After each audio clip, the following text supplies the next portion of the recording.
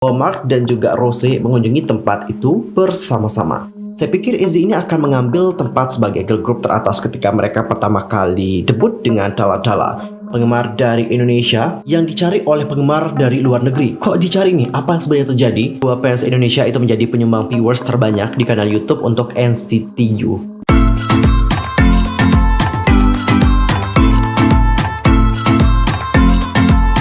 Annyeonghaseyo Chungidul, Yusro Kem Imnida, welcome back to my YouTube channel. Nah, gimana sih kabarnya hari ini? Baik-baik aja dong ya. Dan buat kalian yang lagi dalam kondisi nggak baik-baik aja, lagi galau, lagi sedih, keep fighting guys, don't give up. Well, untuk hari ini kita akan membahas tentang topik-topik terpanas seputar dunia per-K-popan yang pastinya sangat-sangat hangat nih untuk kalian lewatkan. Nah, supaya kalian tidak ketinggalan update terbarunya, langsung aja subscribe channel aku, bunyi loncengnya juga. Dan seperti juga buat like, comment, and share kepada teman-teman yang lain. Dan berikut adalah pembahasan selengkapnya. Well guys, untuk topik pertama kita akan mulai dulu membahas tentang Rose dari Blackpink dan juga Mark dan Seven yang lagi-lagi itu dirumorkan berkencan. Dalam konteks biasanya rumor kencan dimulai sebagai lelucon orang dalam antara fandom dari kedua belah pihak, baik itu dari Blink dan juga dari IGOT7. Ya, biasanya rumor kencan ini dibuat setelah mengetahui bahwa postingan Instagram mereka mungkin merupakan sebuah kode Lobstagram. Pada tanggal 6 Januari, Rose diketahui telah memposting sebuah foto di Instagramnya. Jadi dalam foto ini Rose itu berada di tengah salju dan dia di sana menambahkan caption, "Sayang, di luar dingin." Keesokan harinya, Mark dan Seven itu kemudian memposting foto-fotonya dengan suasana yang sama di salju dengan caption, "Tidak dingin sama sekali." Kalau kita comeback di tahun 2018, ternyata Rose dan juga Mark pernah membuat sebuah postingan dengan caption yang mungkin terlihat sama. Jadi, pada tanggal 13 September tahun itu, Mark di sini memposting klip untuk lagunya yang OMY dengan judul On My Way. Di hari yang sama, Rose juga memposting fotonya saat dalam perjalanan ke New York dengan menggunakan caption yang sama. Nah, kalau kita masuk ke tahun 2021, semua member dari Blackpink itu telah diundang ke Paris Fashion Week. Begitu pula dengan Mark yang ternyata juga diundang ke dalam Paris Fashion Week. Jadi, dikarenakan hal inilah, banyak sekali dari para penggemar itu mengharapkan kemungkinan interaksi antara Rose dan juga Mark. Saat itu nih guys, Mark ini telah memposting fotonya dengan menara Apple dan juga menuliskan caption, "Apple untuk kamu." Ternyata nih Cinggu, 2 hari sebelumnya, Jisoo dan juga Rose itu telah mengunjungi tempat tersebut. Hal inilah yang semakin meningkatkan spekulasi dari netizen bahwa Mark dan juga Rose mengunjungi tempat itu bersama-sama. Jadi, dikarenakan kegembiraan dan juga praduga dari para penggemar, pencarian untuk kata kunci Mark and Rose, Mark and Rose dating, dan lain-lain itu segera naik sebagai istilah yang terkait yang paling banyak dicari tentang idol di Twitter. Bahkan nih guys, kalau kalian buka TikTok itu sudah banyak banget video-video teori yang dibuat oleh para penggemar tentang hubungan dari Rose dan juga Mark. Salah satu video yang aku ambil di sini adalah tentang postingan Rose. Jadi dalam postingan Rose pada tahun berapa nih? 4 September 2020 ada caption Rose di sini yang memakai simbol kupu-kupu. Dan ternyata nih guys, simbol kupu-kupu ini dikaitkan juga dengan Mark. Kenapa dikaitkan dengan Mark? Karena ternyata Mark ini menggunakan tato yang gambarnya juga kupu-kupu. Hal ini yang membuat para penggemar itu semakin yakin bahwa mereka kayaknya emang benar-benar dating nih guys. Dan dikarenakan hal ini menjadi topik perbincangan hangat nih guys di kalangan para penggemar dan juga menjadi trending topik. Mark di sini ternyata mengetahui tentang hal tersebut. Dan di sini Mark itu speak up. Dalam cuitannya, Mark di sini menuliskan, "Kamu semua terlalu lucu. Tolong berhenti sekarang." Sambil dia di sini menggunakan emoticon badut. Which mean badut ini mungkin ditujukan kepada siapa nih? Meskipun Mark memang tidak menyebutkan nama atau lokasi, penggemar percaya bahwa Mark di sini secara tidak langsung telah menanggapi rumor tentang dia yang berkencan dengan Rose Blackpink. Karena tanggapan yang sangat besar dari penggemar di Twitter, Mark pun menghapus tweetnya setelah beberapa saat. Nah Cinggu, kalau kalian melihat apa yang terjadi dengan Rose dan juga Mark, apakah kalian juga yakin bahwa Mark dan Rose berkencan? Maybe enggak ya guys, karena menurut aku dari captionnya Mark saja itu sudah menjelaskan semuanya sih, kalau mereka memang tidak punya hubungan apa-apa gitu guys. Karena biasanya kalau mereka itu punya hubungan, ya setidaknya mereka itu bakalan diem sih, nggak akan speak up. Ini kalau Mark udah speak up kayak gini, kayaknya emang bener-bener they are nothing. Mungkin mereka itu saling kenal satu sama lain, temenan, tapi enggak berarti berkencan. Aku rasa seperti itu sih. Mungkin ada dari kalian yang punya opini lain, silahkan langsung saja sampaikan di kolom komentar. Dan Cinggu, untuk topik yang kedua, sekarang kita akan membahas mengenai ITZY. Jadi baru-baru ini ITZY itu menjadi topik perbincangan hangat di Korea Selatan. Netizen Korea itu bertanya-tanya, apa sih yang sebenarnya terjadi pada ITZY? Karena mereka itu diharapkan menjadi girl group ITZY setelah Dalla. Nah cinggu, kalian itu pasti tahu banget, bahkan sebelum debut nih, ITZY itu mendapatkan banyak sekali attention dari para netizen. Ketika mereka sudah merilis lagu debut mereka yang Dalla, mereka ini diharapkan menjadi girl group ITZY berikutnya dikarenakan mereka ini menerima begitu banyak perhatian dan juga cinta dari publik. Tapi netizen menyatakan bahwa mereka kecewa dan hasilnya menunjukkan hal itu dengan comeback terbaru mereka. Faktanya lagu terbaru ITZY yang Loco belum tampil dengan baik dan tidak mampu menembus peringkat 66 di situs musik Melon setelah dirilis. Lagu ini pun mencapai puncaknya di kisaran 40-an beberapa hari setelah dirilis. Nah, seorang netizen membagikan hasil girl group di Melon dan memulai diskusi di komunitas online. Mengapa girl group tersebut tidak memenuhi hype yang mereka terima setelah debut? Netizen itu menjelaskan, ITZY berada di peringkat 78 setelah 2 hari dirilis di chart harian Melon dan mereka tidak berada di chart Music Genie. Saya rasa banyak orang yang tidak memiliki ekspektasi apapun setelah Not Shy dan juga Mafia. Loco mementahkan yang terendah yang pernah ada dan harapan orang-orang tercermin di tangga musik. Netizen lain pun ikut bergabung dan juga memberikan komentar. Komentarnya kayak gini, saya pikir ITZY ini akan mengambil tempat sebagai girl group teratas ketika mereka pertama kali debut dengan Dalla.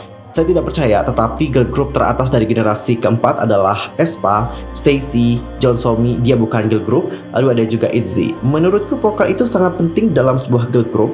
Menurutku ITZY tidak memiliki vokal yang benar-benar pop.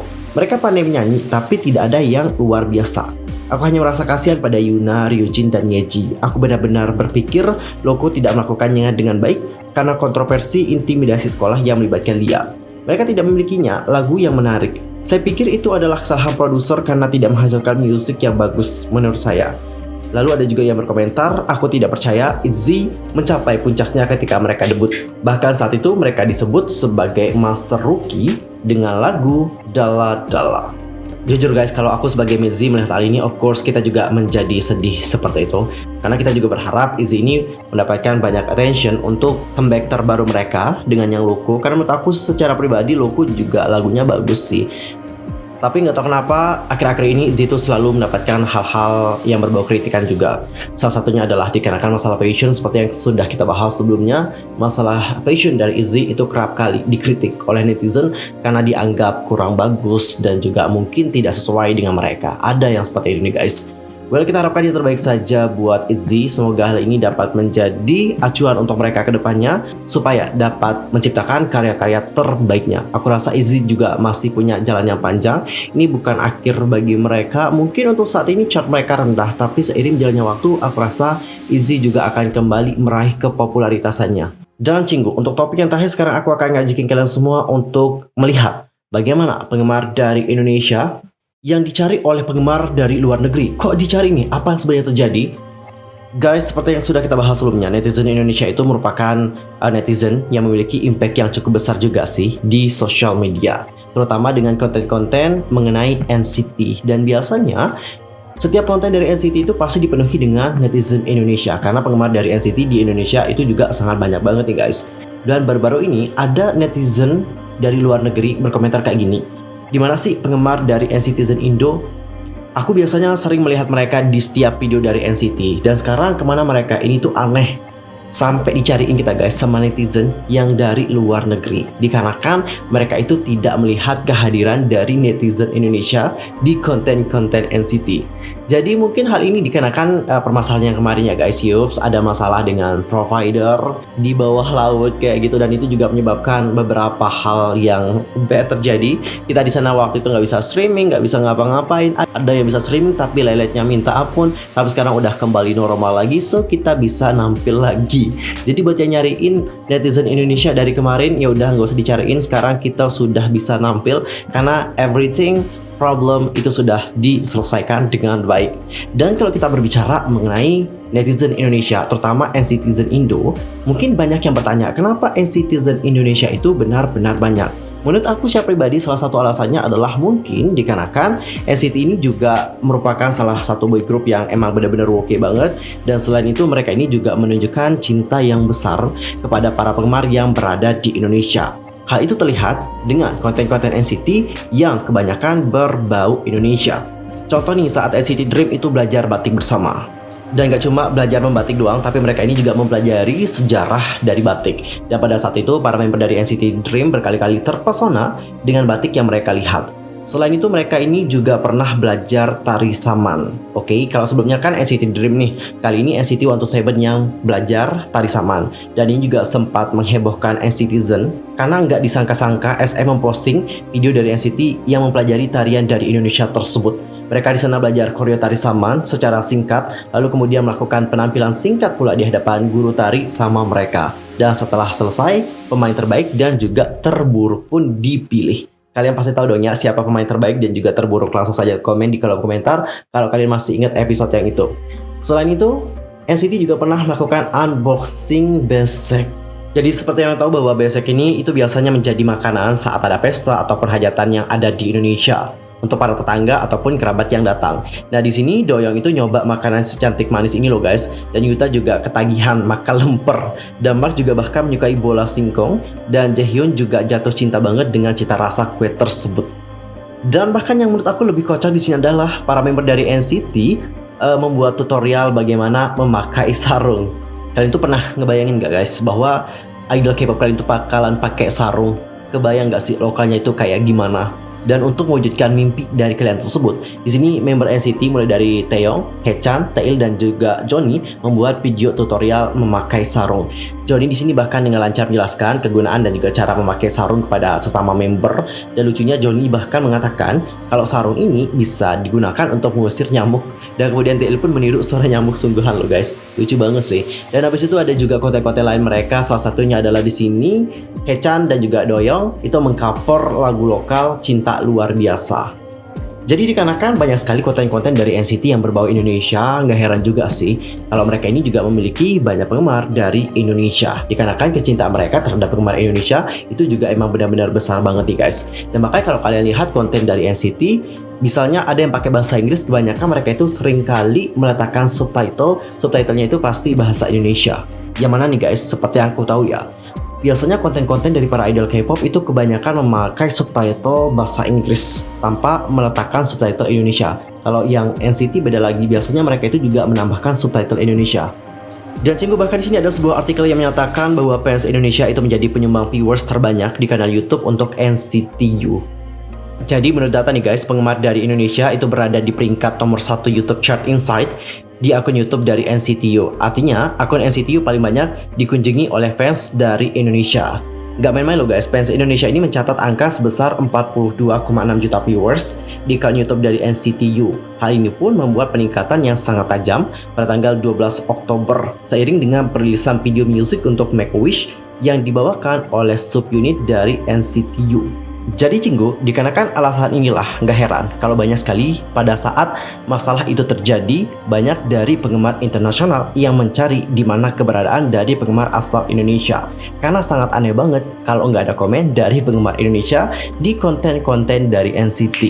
Nah gimana pendapat kalian tentang hal yang satu ini? Langsung saja sampaikan opini kalian di kolom komentar. Well guys, sekian aja untuk hari ini. Aku mohon maaf sekali lagi kalau ada salah baik dalam ucapan, sikap, tindakan, dan sebagainya. I'm so sorry banget. Dan mungkin ada kesalahan informasi, langsung aja koreksi di kolom komentar. I'm Mr. Kim Pamit. Thanks for watching. Annyeong. Kamsahamnida. Goodbye.